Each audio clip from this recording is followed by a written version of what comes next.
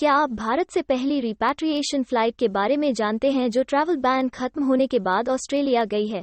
दूसरी ओर, Scott Morrison Australia की international border closure पर बोले कि अब उन्हें बाकी दुनिया से ऑस्ट्रेलिया को फिर से खोलने के लिए बढ़ते दबाव का सामना करना पड़ रहा है।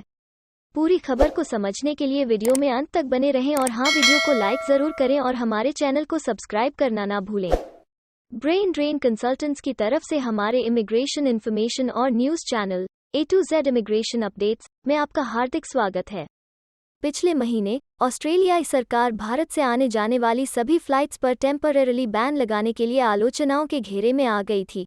इस कदम की पॉलिटिशियंस, एक्सपैट्रिएट्स और इंडियन डायस्पोरा ने बहुत निंदा की थी। पिछले महीने कोविड से तबाह देश से सभी यात्रा पर टेम्पररी बैन के बाद भारत से ऑस्ट्रेलिया की पहली रिपैट्रिएशन फ्लाइट शनिवार को हुई, जिसमें 80 पैसेंजर्स नई दिल्ली से डार्विन पहुंचे। गवर्नमेंट बैक्ड क्वांटस फ्लाइट में सवार होने से पहले यात्रियों को 2 नेगेटिव कोविड-19 सैंपल्स दिखाने थे और उन्हें 2 हफ्ते के क्वारंटीन के लिए हॉवर्ड स्प्रिंग्स, नॉर्दर्न टेरिटरी में कन्वर्टेड माइनिंग कैंप में ले जाया गया। पर उनमें से कुल 70 यात्रियों को शुक्रवार को फ्लाइट्स में सवार होने से रोक दिया गया था, क्योंकि उनके या उनके करीबी संपर्कों का कोरोना वायरस का रिजल्ट पॉजिटिव था। एक टेलीविजन ब्रीफिंग में ट्रेजरर जोश फ्राइडनबर्ग ने कहा, हम मेडिकल एडवाइस का पालन कर रहे हैं और यह सुनिश्चित कर रहे हैं कि हम यहाँ ऑस्ट्रेलियाई लोगों की रक्षा करें, और मुझे खुशी है कि पहली फ्लाइट आ गई है और आने के लिए और भी फ्लाइट का इंतजाम होगा। ऑस्ट्रेलिया के लिए जाने वाले प्लेन्स में सवार होने से पहले हम जो टेस्टिंग कर रहे हैं, इसे पूरा करना आवश्यक है। यही वो प्रोसीजर है जिसका हम उपयोग कर रहे हैं और उपयोग करना जारी रखेंगे। उनके महीने में royal Australian air force northern territory के लिए 2 और रिपैट्रिएशन फ्लाइट्स उड़ाएगी, जिसमें लगभग 1000 लोगों के जून के अंत तक लौटने की उम्मीद है, और भारत में लगभग 9000 ऑस्ट्रेलियाई लोगों ने स्वदेश लौटने के लिए फेडरल सरकार से आवेदन किया है। सरकार की योजना डार्विन से लगभग 25 किलोमीटर 16 मील साउथ ईस्ट में हॉवर्ड स्प्रिंग्स में क्वारंटीन फैसिलिटी के आकार को 2 गुने से अधिक करने की है, ताकि वो जून से शुरू होने वाले हर 2 सप्ताह में आने वाले 2000 लोगों को संभाल सके।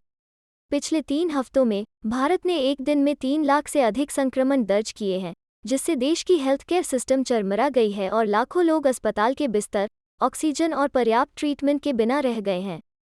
आपातकालीन लॉकडाउन, सीमा बंद करने और तेजी से टच ट्रेसिंग के साथ ऑस्ट्रेलिया महामारी से निपटने में दुनिया के सबसे प्रभावी देशों में से एक रहा है। महामारी की शुरुआत के बाद से इसने सिर्फ 29,950 कोरोना वायरस संक्रमण और 910 कोविड-19 से मौतें दर्ज की हैं। स्कॉट मॉरिसन ने चेतावनी दी है कि ऑस्ट्रेलिया के लिए अपनी इंटरनेशनल बॉर्डर रिस्ट्रिक्शन को स्विच ऑन करना सुरक्षित नहीं है। बजट में उम्मीदों के बाद कि 2022 के मिड तक सीमा प्रतिबंधों में ढील नहीं दी जाएगी, उन्होंने देश को जल्द ही फिर से खोलने के लिए एमपीएस और बिजनेस लीडर्स के बढ़ते अभियान को खारिज कर दिया। मिस्टर मॉरिसन ने ब्रिस्बेन में कहा कि जब कठोर सीमा बनाए रखने की बात आती है तो ऑस्ट्रेलियाई लोगों ने सतर्क रहने के मूल्य को हमेशा पहचाना है।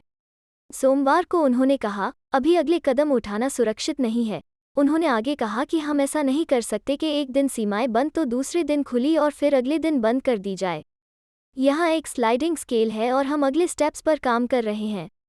मिस्टर मॉरिसन ने कहा कि अगले उपायों में डोमेस्टिक रिस्ट्रिक्शन से पूरी तरह से वैक्सीनेटेड ऑस्ट्रेलियाई लोगों को छूट देना और इंटरनेशनल स्टूडेंट्स और स्किल्ड माइग्रेंट्स को लेबर की कमी में मदद करने के लिए वापस जाने की अनुमति देना शामिल होगा।